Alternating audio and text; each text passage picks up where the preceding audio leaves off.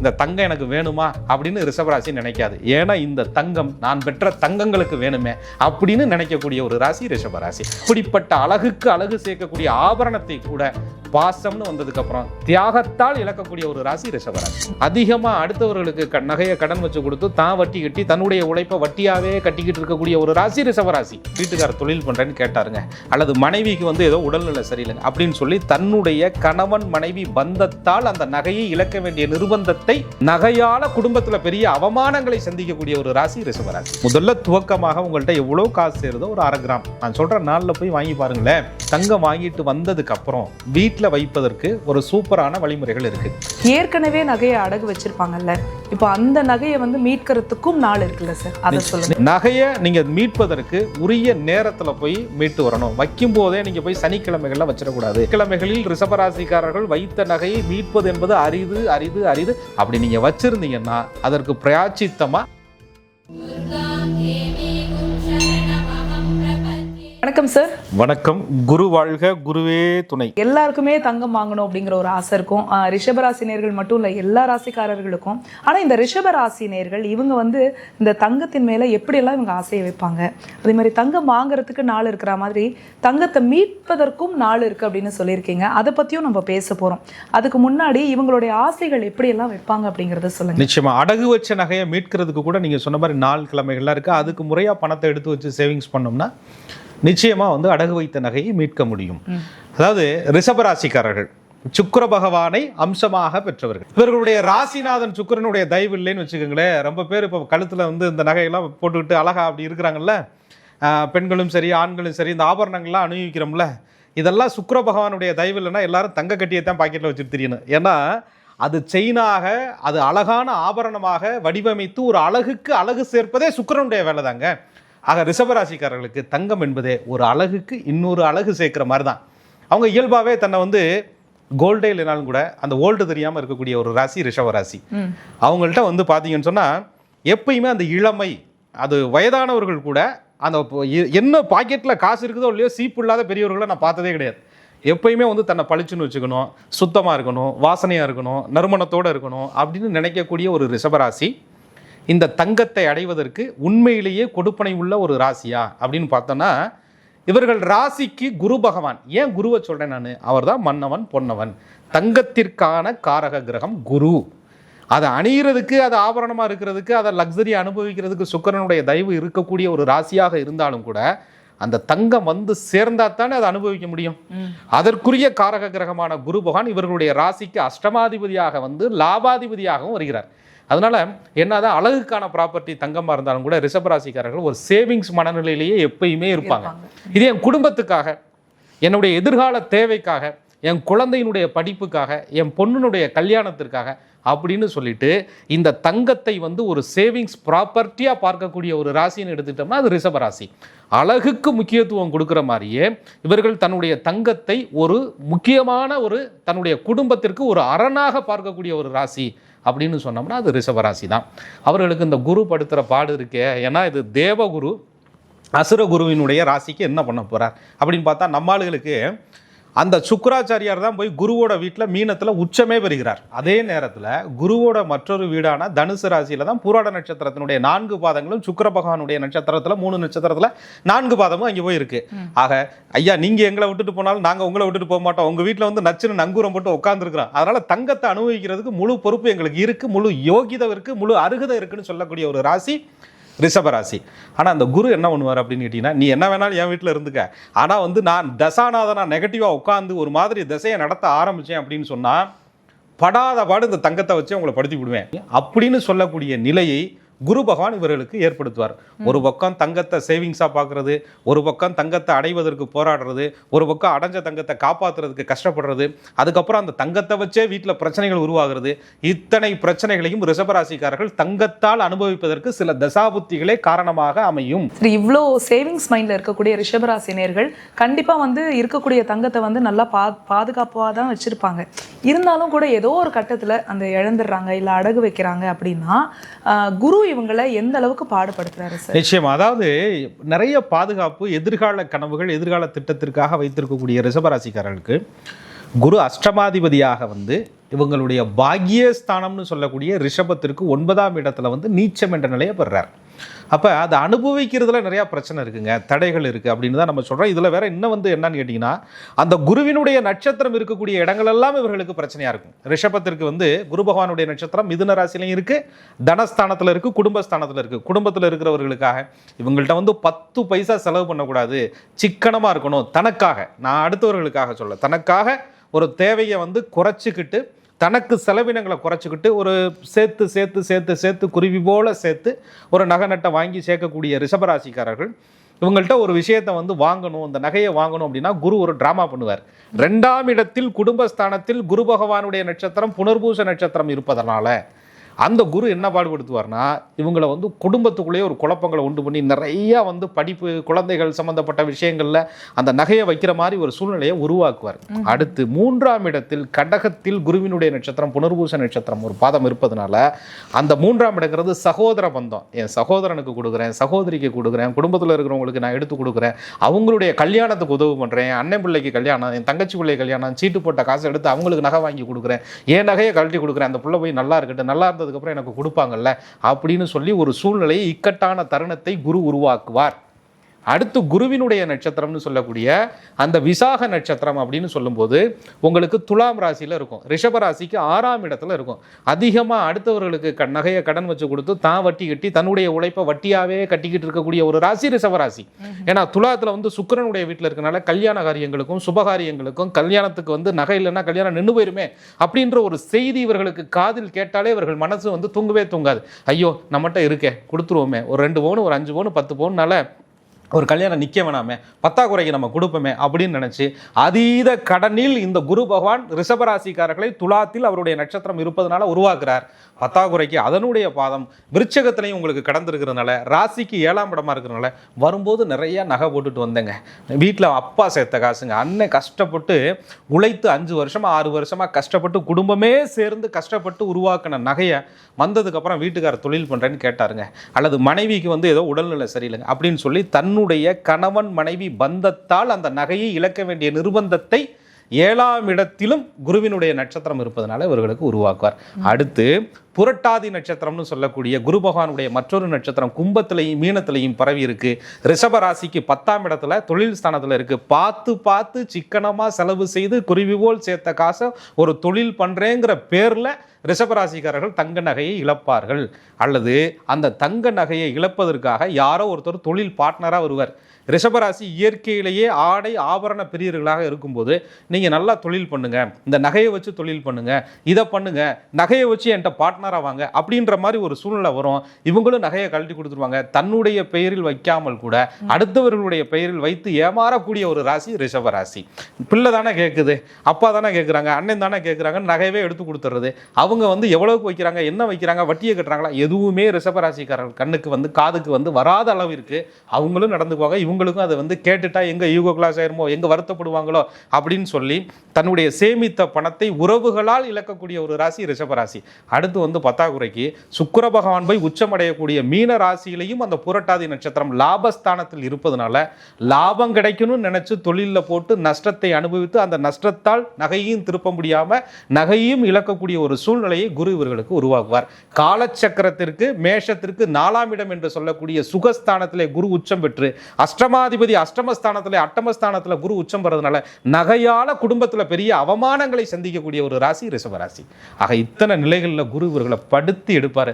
அப்படி இருந்தும் இந்த தங்கம் எனக்கு வேணுமா அப்படின்னு ரிஷபராசி நினைக்காது. ஏன்னா இந்த தங்கம் நான் பெற்ற தங்கங்களுக்கு வேணுமே அப்படின்னு நினைக்கக்கூடிய ஒரு ராசி ரிஷபராசி.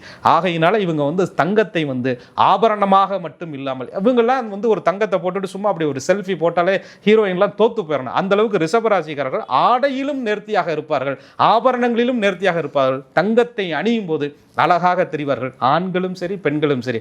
ஆனால் அப்படிப்பட்ட அழகுக்கு அழகு சேர்க்கக்கூடிய ஆபரணத்தை கூட பாசம்னு வந்ததுக்கு அப்புறம் தியாகத்தால் இழக்கக்கூடிய ஒரு ராசி ரிஷபராசி. சரி, இப்போ இந்த ரிஷபராசினியர்கள் இவங்க வந்து தங்கம் வாங்கணும் அப்படின்னா இவங்களுக்கான உகந்த நாள் சொல்லுங்க. அதுக்கு முன்னாடி தங்கம் வாங்குறதுக்கு காசு வேணும் இல்லையா, காசு பணம் சேர்றதுக்கும் ஒரு விஷயம் நிச்சயமா. அதாவது தங்கத்திற்குரிய காரக கிரகம் குரு பகவான். ஆனால் ரிஷபராசிக்கு குரு பகவான் அஷ்டமஸ்தானாதிபதியா லாபஸ்தானாதிபதியா வர்றாரு. அப்போ உங்களுக்கு அந்த குரு வந்து உங்களுக்கு நன்மைகளை கொடுக்கணும். அவர் மூலியமாக தனமும் அவர் தானே, நகைக்கு மட்டும் அவர் இல்லை, காசும் அவர் தான். காசு வந்ததுக்கப்புறம் நகை வருது, நகைனால காசு வருது அப்படிங்கிற மாதிரி வச்சுக்கோங்க. அப்போ அந்த குருவினுடைய பலம் இவர்களுக்கு கிடைக்கணும். ஆனால் ரிஷபராசிக்கு யோகாதிபதி புதனும் சுக்கிரனுமாக வருவாங்க. அப்போ இந்த ரிஷபராசிக்கு தங்கம் வாங்க உகந்த நாள் கிழமை அப்படின்னு எடுக்கும்போது புதன்கிழமையாகவும் வெள்ளிக்கிழமையாகவும் வருது. தங்கம் வாங்குவதற்கு முன்னே நீங்கள் தங்கம் வாங்குறதுக்கு தயாராகணும் இல்லையா, அதற்கான செல்வம் வரணும் இல்லையா. நீங்கள் எவ்வளோ காசு வேணாலும் சம்பாதிங்க, எவ்வளோ வேணாலும் சேர்த்து வைங்க, ஒரு குண்டுமணி தங்கம் கழுத்தில் தங்கணும்னா குருவோட அருள் இல்லாமல் அது முடியவே முடியாது. இயற்கையிலேயே அழகாக தெரியக்கூடிய ரிஷபராசிக்காரர்களுக்கு கௌரிங்க போட்டாலே அவ்வளோ அழகாக இருக்கும், அம்பிகை போன்று இருக்கும்.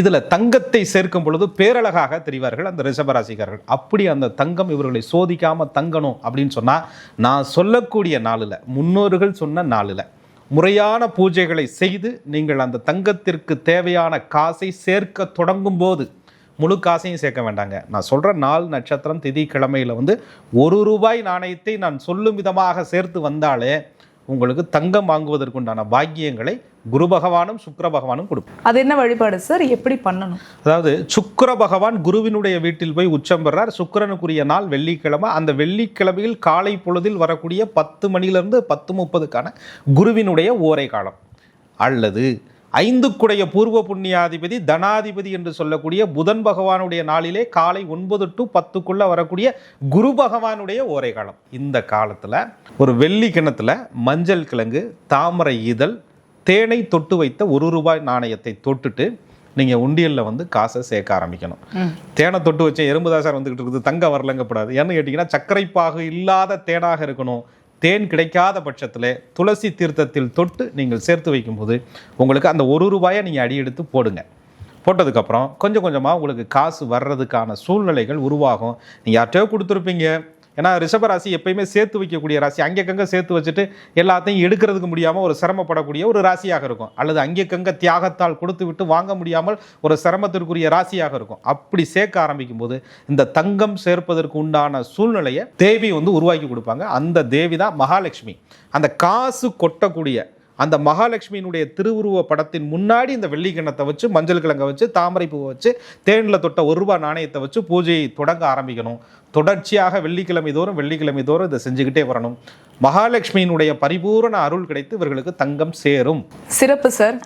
இவங்களுக்கான அந்த வழிபாடு மந்திரங்கள் சொல்லுங்க. அந்த வெள்ளிக்கிழமை சுக்கிரனுடைய நாளில் குரு பகவானுடைய அற்புதமான உரையில் அந்த மகாலட்சுமி தாய் அழகான தமிழ் முறையில் காடு வெட்டி கடிய நிலம் திருத்தி வீடு கட்டி கொண்டு இருக்கும் எங்கள் வீட்டுக்கு வரும் எங்கள் அம்மா லட்சுமியே எங்களை விட்டு நீங்காது என்றும் இருப்பாய் அப்படின்னு சொல்லி மனமுருக அந்த லட்சுமிகிட்ட வேண்டினீங்கன்னா நிச்சயமாக அந்த லட்சுமி தேவி உங்களுக்கு தங்க பொற்காசுகளையும் தங்க நகைகளையும் ஆபரணங்களையும் எப்பேற்பட்ட சூழலிலும் உங்களை விட்டு நீங்காது காத்தருள்வார்.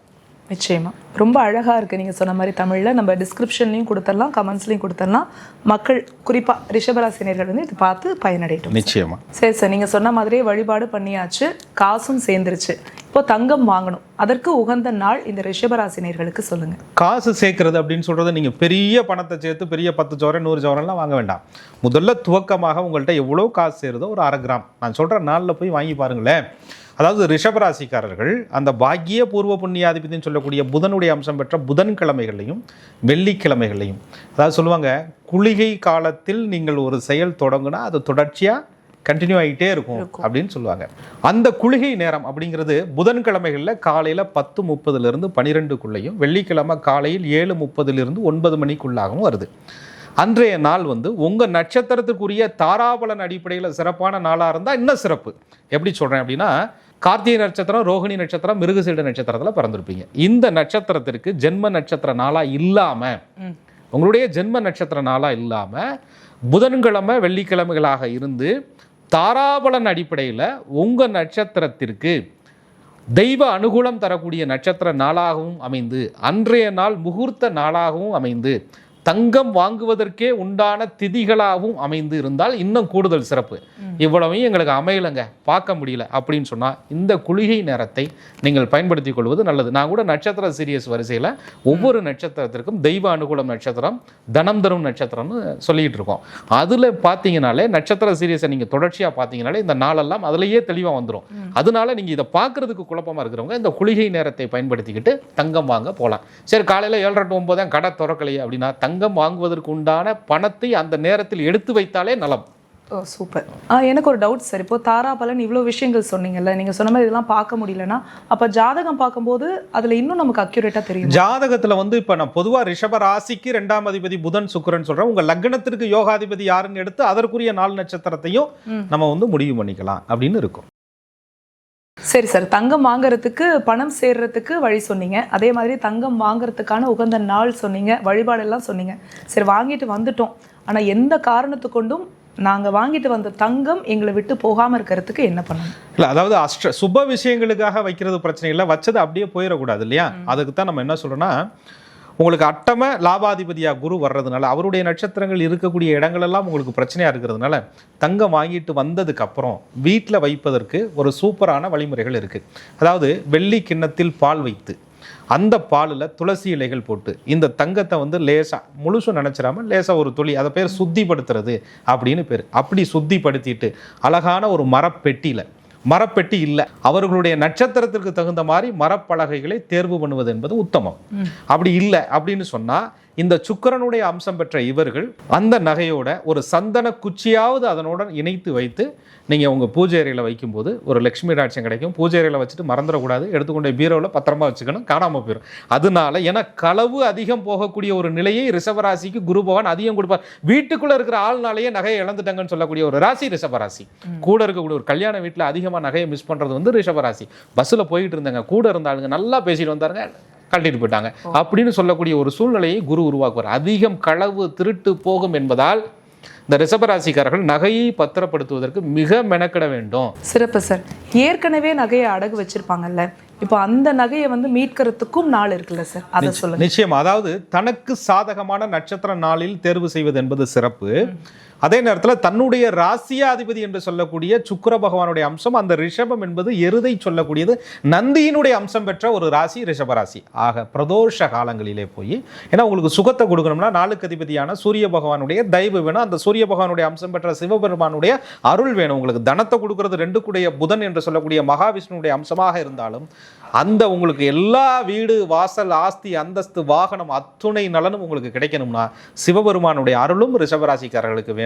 நாங்கள் சுக்கிரனுடைய அம்சத்தில் பிறந்தோம், அதனால் பெருமாளை கும்புறன்னு நினைக்காம சுகம் அனைத்தையும் கிடைக்க சிவனையும் வழிபட வேண்டும். பிரதோஷ காலங்களிலே நந்தி தேவருக்கு பாலபிஷேகம் செய்து, சிவபெருமானுக்கு பாலபிஷேகம் செய்து வீட்டுக்கு வந்ததுக்கு அப்புறம் மகாலட்சுமியை நினைத்து, லக்ஷ்மி நரசிம்மரை மனதார நினைத்து தன்னுடைய வீட்டில் ஒரு நெய் தீபம் ஏற்றி காசை எடுத்து வைக்கும்போது இவர்களுக்கு அந்த நகையை மீட்பதற்கு உண்டான சூழலை அந்த லக்ஷ்மி நரசிம்மரும் லக்ஷ்மி தேவியும் இவர்களுக்கு உருவாக்குவாங்க.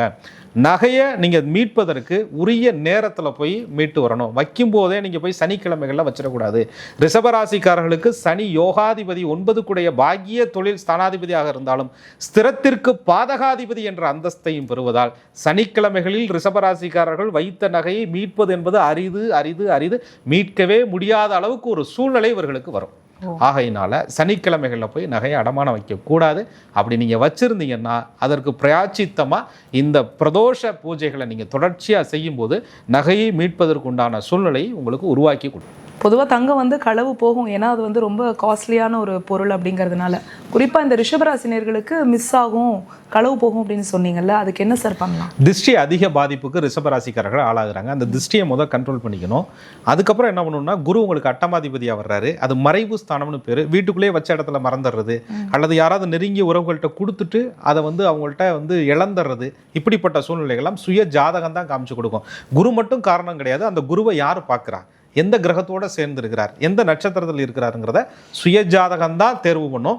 அந்த சுய ஜாதகத்தில் திக்கு திசைகளே தெரியும். இது தெற்கு திசையில் போயிருக்கு, இது வடக்கு திசையில் போயிருக்கு, இது கிழக்கு திசையில் போயிருக்கு, அல்லது வீட்டுக்குள்ளே இருக்குது, அல்லது நெருங்கிய உறவுகள் எடுத்தாங்க அப்படின்றது. பொதுவாக ரிஷபராசிக்காரர்கள் என் நகை வரலைனாலும் பரவாயில்லைங்க, யார் எடுத்தா அப்படிங்கிறது எனக்கு தெரியணும் அப்படின்ற மனநிலையில் இருப்பவர்களுக்கு சுய ஜாதகம் ஒரு தீர்க்கமான வழியை காட்டும். சரி சார், இந்த ரிஷபராசி நேயர்களுக்கு தங்கம் சேர்றதுக்கும் தங்கம் சேராம போறதுக்கும் என்ன காரணமா அமையுது? தங்கம் இருந்துதான் நான் ஒன்றும் அழகா தெரியணுங்கிற அவசியம் இல்லை, தங்கம் இல்லாமலே நான் அழகுதான் அப்படின்ற ஒரு மமதை, அதுக்கப்புறம் அதீத பாசம், அதீத தியாகம், இது எல்லாமே வந்து இவர்களுக்கு தங்கத்தை தன்னிடம் தங்காமல் பண்ணுவதற்கான காரணம். அதை குரு ஒவ்வொரு வீட்டில இருந்து ஒவ்வொரு விதமான ஆட்கள் மூலியமா ஒவ்வொரு விதமான சூழ்நிலை மூலியமா உங்களை தங்கத்தை இழக்க வைக்கிறார். அந்த சூழ்நிலையை தடுப்பதற்கு தெய்வ ஸ்தலங்கள் நிறையா இருக்கு. அந்த தெய்வ ஸ்தலங்களில் போய் நீங்க முறையாக வழிபாடு செய்யும் போது நீங்க வந்து பூரணமான நலனை பெறலாம். தங்கம் வாங்கணும் அப்படின்னா குருவினுடைய அருள் வேணும், குரு பகவானுடைய அருள் வேணும் இல்லையா? அப்போ இவங்க வழிபட வேண்டிய குரு ஸ்தலம் எங்க இருக்கு? நிச்சயமா குரு பகவான், நவகிரகத்தில் இருக்கக்கூடிய குரு பகவான், யோக நிலையில் தியான நிலையில் இருக்கக்கூடிய தட்சிணாமூர்த்தி, ரெண்டுமே குரு பகவானுடைய நல்ல அற்புதமான அருள் தான். சிவபெருமானுடைய அம்சம்தான் அந்த தட்சிணாமூர்த்தி இல்லையா? ஆக ஒவ்வொரு மாவட்டத்திற்கும் பிரசித்தி பெற்ற ஸ்தலங்கள் நிறைய இருக்கும். அங்கே இருக்கக்கூடிய நவகிரகத்தில் இருக்கக்கூடிய குரு பகவானையும் யோக நிலையில் இருக்கக்கூடிய தட்சிணாமூர்த்தியையும் வியாழக்கிழமைகளில் சென்று முல்லைப்பூ சமர்ப்பித்து தரிசித்து வர வேண்டும் எல்லா ராசிக்காரர்களுமே. அதில் மதுரை மாவட்டம் சோழவந்தானுக்கு அருகில் குருவித்துறை அப்படின்ற இடத்துல ஒரு குரு பகவானுடைய ஸ்தலம் அற்புதமாக இருக்குது. அதே போல் சிவகங்கை மாவட்டம் காரைக்குடிக்கு பக்கத்தில் திருப்பத்தூர் பக்கத்தில் பட்டமங்கலம் அப்படின்ற இடத்துல குரு பகவானுடைய ஸ்தலம் அற்புதமாக இருக்குது. அன்னை மீனாட்சியும் சிவபெருமானும் இருக்கக்கூடிய அற்புத ஸ்தலம். அதே போல் சென்னையில் இருக்கிறவங்க திருவெற்றியூரில் இருக்கக்கூடிய தட்சிணாமூர்த்தியும் சிவபெருமானையும் தரிசனம் செய்வது இவர்களுக்கு ரொம்ப மிகப்பெரிய நலனை கொடுக்கும். அதே நேரத்தில் அரக்கோணம் பக்கத்தில் தக்கோலத்தில் இருக்கக்கூடிய தட்சிணாமூர்த்தியை கும்பிடலாம். அதே நேரத்தில் தூத்துக்குடி திருநெல்வேலி பக்கத்தில் இருக்கிறவங்க புளியாரை அப்படின்ற இடத்துல இருக்கக்கூடிய தட்சிணாமூர்த்தியை நீங்கள் வழிபாடு செய்யலாம். திருப்பட்டூர் பிரம்மாவையும் திருச்சிக்கு பக்கத்தில் இருக்கிறவங்க தரிசனம் செய்யலாம். லால்குடி அப்படின்ற இடத்துல சப்த ரிஷீஸ்வரருடைய ஸ்தலம் இருக்குது. நவகிரகங்கள் ஒரே நேர்கோட்டில் இருக்கக்கூடிய ஸ்தலம். அதில் இருக்கக்கூடிய குரு பகவானையும் திருச்சியில் இருப்பவர்கள் சென்று தரிசனம் செய்யலாம். அதே நேரத்தில் கோயம்புத்தூர் திருப்பூர் பக்கத்தில் இருக்கிறவங்க அவினாசியில் இருக்கக்கூடிய லிங்கேஸ்வரருடைய ஜோதிலிங்கேஸ்வரருடைய ஸ்தலத்தில் போய் வழிபாடு செய்து அங்கே இருக்கக்கூடிய தட்சிணாமூர்த்தியை குரு பகவானை வழிபாடு செய்யலாம். ஒசூர் பக்கத்தில் இருக்கிறவங்க ஒசூரில் சந்திர சூடேஸ்வரருடைய ஆலயத்தில் இருக்கக்கூடிய தட்சிணாமூர்த்தியை இவர்கள் வழிபாடு செய்யலாம். இப்படி அவரவர்கள் மாவட்டத்திற்கு தகுந்த இடங்களை நம்ம அன்பு நேயர்கள் போய் வழிபாடு செய்கிறது மட்டும் இல்லாமல் நீங்கள் எல்லோருக்கும் பயன் தரும் விதமாக உங்கள் மாவட்டத்தில் இருக்கக்கூடிய குரு பகவானுடைய ஸ்தலங்களை கமெண்ட்ஸில் போடுங்க. பார்க்குற எல்லோரும் போய் பலன் பெறட்டும். எல்லாருக்கும் இருக்கிற மாதிரி இந்த தங்கம் வாங்கணும்ன்ற ஆசை ரிஷபராசினியர்களுக்கு இருக்கும். வாங்கின தங்கத்தை தக்க வச்சுக்கணும் அப்படிங்கிற ஆசையும் இருக்கும். இதெல்லாம் வந்து குருவனுடைய அருள் வேணும் இவங்களுக்கு. எங்கேயுமே அலையாமல் அவங்கவுங்க பகுதியில் இருக்கிற மாதிரியான குரு ஸ்தலங்கள் சொல்லியிருக்கீங்க. ரொம்ப யூஸ்ஃபுல்லாக இருந்தது சார். அந்தந்த பகுதியில் இருக்கக்கூடிய ரிஷபராசி மக்கள் போய் அந்த குரு ஸ்தலத்தில் வழிபட்டு அவங்களுக்கும் நல்லது நடக்கட்டும். மிக்க நன்றி. மிக்க நன்றி. குரு வாழ்க, குருவே துணை.